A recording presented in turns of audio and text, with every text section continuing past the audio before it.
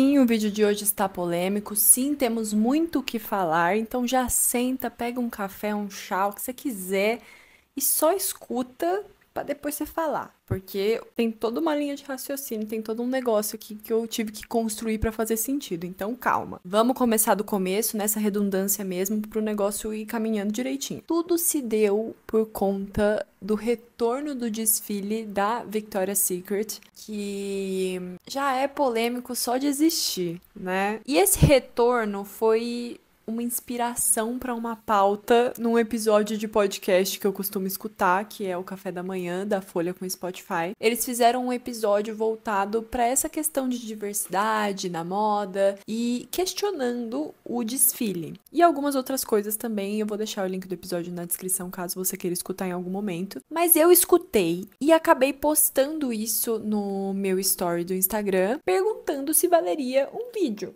para falar sobre, porque tenho muitas coisinhas para falar. Nisso eu recebi algumas mensagens falando que sim, vale um vídeo, então aqui estou eu.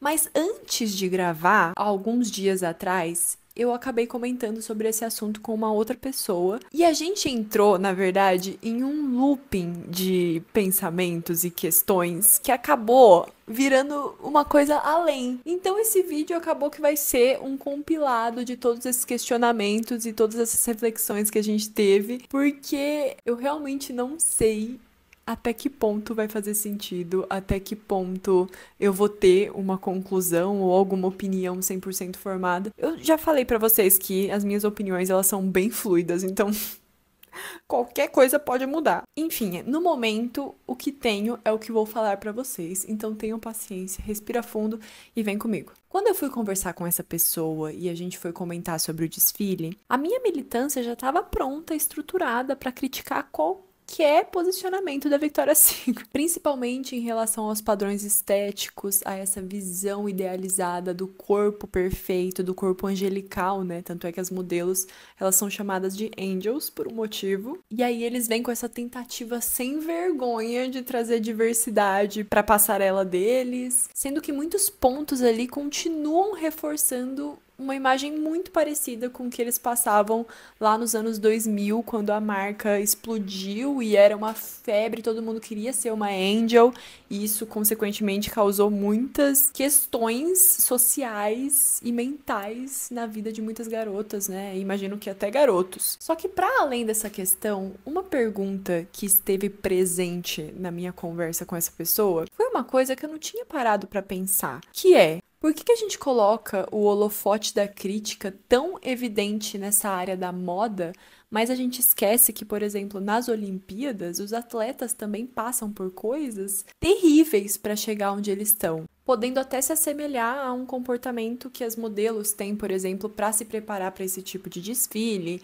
para chegar lá, né? Porque dentro da minha visão, como uma pessoa que foi afetada mediaticamente por esse desfile e por esses comportamentos, a problemática se deu na nossa valorização por aquilo que é excelente. Não só excelente, na verdade a gente tem um apreço, uma admiração, uma vontade e um desejo mesmo por aquilo que é inalcançável. E quando eu digo inalcançável, sim, eu estou falando da perfeição. Só que o ser humano tem uma questão, a gente tende a se impressionar e a ficar admirado por marcos que são excepcionais. Então, por exemplo, a velocidade com que o Usain Bolt corre, a prática e a beleza com que a Rebeca Andrade faz os movimentos dela, a potência de voz do Freddie Mercury. A gente tem essa tendência de achar isso muito maneiro, muito foda. E eu não tô dizendo que não é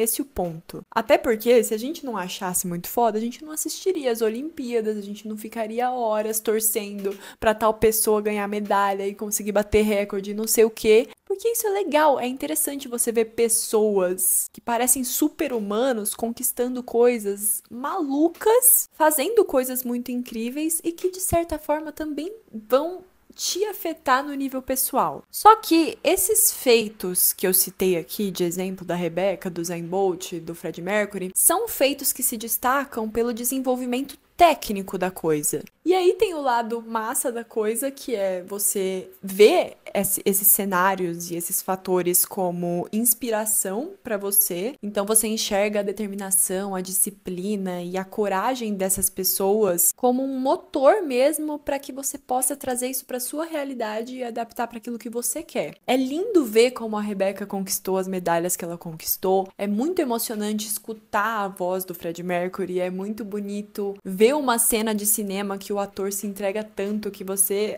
chega a ficar com lágrima no olho. E assim, quando você tem um sonho na vida, independente de qual for, você sempre vai ter aquelas pessoas que você vai olhar como uma inspiração. Só que o problema acontece quando a gente começa a enxergar esse modelo como um espelho e não como um quadro que você coloca na parede e fala, putz, essa pessoa fez tanta coisa e eu posso fazer muitas coisas e posso alcançar os meus resultados. Porque quando você coloca o modelo como espelho, você não quer mais a sua jornada, você quer a jornada da pessoa, você quer a história dela, você quer os feitos dela. E aí começa toda a questão de comparação, de autonegligência. A gente desconsidera a diferença das realidades, das condições, das circunstâncias, da genética, do que for, e pensa que se a gente trilhar os mesmos passos que aquela pessoa, a gente vai alcançar os mesmos resultados, ou então resultados ainda melhores, né? Só que os caminhos para se chegar até algum lugar, até um patamar de sucesso que a gente enxerga, né, olhando para essas pessoas, para esses atletas, para esses atores,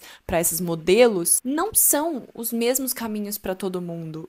E mais do que isso, muitas vezes não são caminhos saudáveis. E eu digo isso não só sendo uma pessoa que quer trilhar o caminho de outra pessoa, mas até sendo uma pessoa que vai trilhar o meu caminho, às vezes eu vou cair em alguma encruzilhada que eu posso achar que vai me levar onde eu quero, só que na verdade não vai. E aí, falando sobre os desfiles de moda no geral, não só esse da Victoria's Secret, mas eu uso ele como exemplo porque ele é o mais famoso, assim, acredito eu. Mas os desfiles no geral, eles não são exatamente sobre moda. E eles também não são sobre desempenho técnico. E eu posso até ser xingada agora porque tem gente que vai falar, mas pra você ser modelo, você tem que ter o catwalk perfeito. E eu não tô falando isso, eu acho que o problema ele tá muito mais a fundo do que só o catwalk perfeito. Em casting, por exemplo, se você não tem as medidas perfeitas, ideais, logo de cara, você já é eliminada. Os caras nem te avaliam, não faz porra nenhuma em relação à técnica.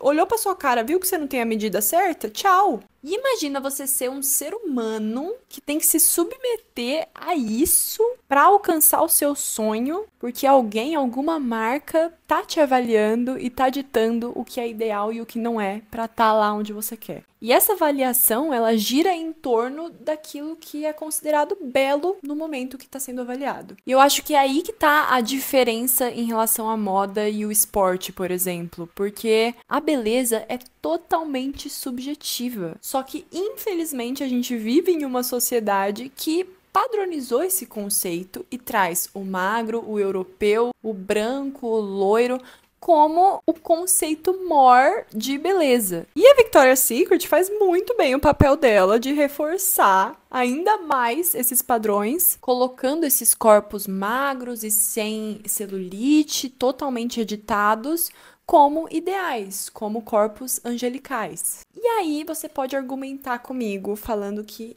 mas esse ano foi diferente. Esse ano eles colocaram uma mulher plus size, colocaram uma mulher mais velha, colocaram uma transexual. Eles estão mudando. E eu confesso que da primeira vez que eu assisti ao desfile e que eu vi a composição do elenco, eu pensei, que ótimo, finalmente estão trazendo alguma coisa diferente ali para as passarelas e para uma passarela que tem tanta visibilidade, então é muito importante que tenha essa representatividade ali. Só que aí, escutando o podcast, lendo algumas coisas, alguns artigos também sobre o assunto, a gente consegue perceber que a diversidade ali teve um limite. né, chegou num teto da diversificação. Quando o modelo é um pouquinho maior, tem uma lingerie que vai cobrir a barriga, a cintura continua marcada, os traços do rosto são traços muito específicos. Então essa diversidade, ela teve certas caixinhas também. E é claro que ter alguma coisa é melhor do que não ter nada. Mas, voltando um pouco no tempo, lá nos anos 2000, quando a marca explodiu e tudo mais, o posicionamento dela sempre foi muito claro em relação ao tipo de corpo que ela quer nas passarelas, o tipo de corpo que ela quer representando a marca em si. A Victoria's Secret nunca foi um exemplo de inclusão, de diversidade, e ela não quis ser por muito tempo. Tanto é que eu caí na história, eu não sei que brainwashing eles fizeram, que eu achava que o show tinha sido encerrado por conta das críticas que eles estavam recebendo, porque na mesma época que acabou o desfile, acho que foi 2018, o movimento de body positive estava crescendo muito. Então, as pessoas começaram a ver o desfile como algo problemático, então colocaram essa pauta em evidência. E eu achava que essa exigência de diversidade, de inclusão, tivesse sido o principal motivo pelo qual eles encerraram. Só que, na verdade, foi porque as vendas diminuíram. Simples assim. Eu achei que eles tivessem notado os danos que eles estavam causando para as milhares de pessoas ao redor do mundo, mas não.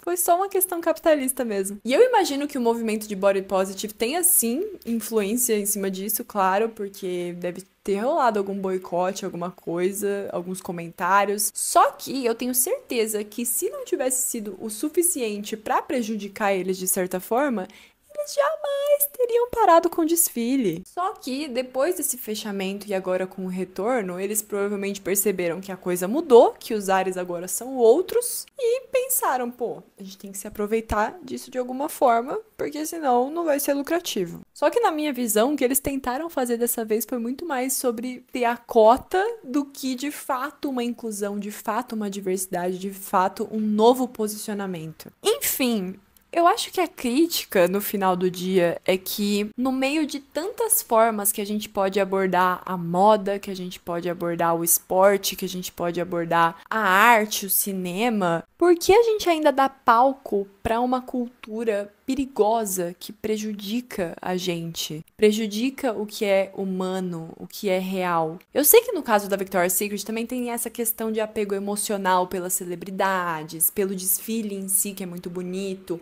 os shows que acontecem. Eu sei, é legal ver isso. Mas será que a gente não tá alimentando um monstro maior? É como se a gente estivesse alimentando essa visão e esses padrões, essas coisas surreais, de forma indireta. E por quê?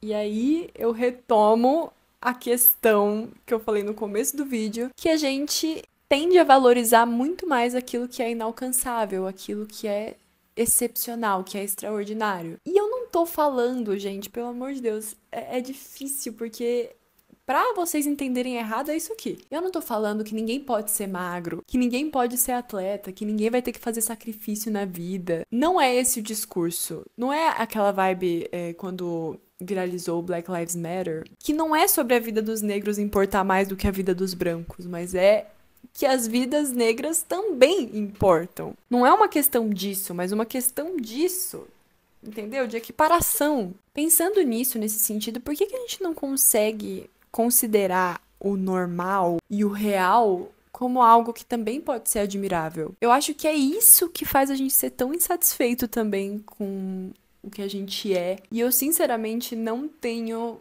resposta para nenhuma dessas perguntas. Eu só tô trazendo aqui algumas linhas de raciocínio, alguns pensamentos, e aí a bomba tá no colo de vocês agora. Eu acredito firmemente que é muito difícil a gente mudar um comportamento que tá com a gente há milênios, que é de fato essa admiração pelo inalcançável e essa sensação de que a gente sempre tem que estar correndo atrás dessa coisa perfeita, porque é ela que vai nos trazer satisfação plena na vida. E assim, a gente tem um fetiche pela perfeição que não se explica. O melhor que eu acho que a gente pode fazer é ter esses questionamentos na nossa cabeça e toda vez que a gente se deparar com algum cenário ou alguma situação que a gente se coloca em nome dessa busca por algo que a gente não vai conseguir alcançar, a gente pode se questionar, entendeu? E pensar, será que vale a pena? Será que eu preciso disso? Senão a gente vai continuar caçando infinitamente ser algo que a gente nunca vai conseguir ser. Porque, infelizmente, não haverá outra Rebeca Andrade, não haverá outro Zayn Bolt, não haverá outra Gisele. Essas pessoas são aquelas pessoas e elas vão apenas existir, cada um de nós, dentro dos nossos mundinhos e fazendo os nossos possíveis pra ter aquilo que a gente quer, só que sem pirar no processo e sem querer ser perfeito, porque a perfeição não existe. E, gente, eu acho que eu tô louca. Eu não sei mesmo se fez sentido. Eu sempre falo isso em todos os vídeos, mas é porque dessa vez realmente o bagulho foi louco. De qualquer forma, sinta-se livre pra deixar o seu comentário aqui embaixo, se você concorda, se você discorda, se você tem outro ponto de vista. Me ajude a entender essa complexidade de pensamentos que a gente tem e de comportamentos que não tão legais, não tão bons. Se você quiser me seguir em outras redes sociais, eu vou deixar tudo na descrição desse vídeo. Muito, muito, muito obrigada por essa troca e até a próxima. Um beijo!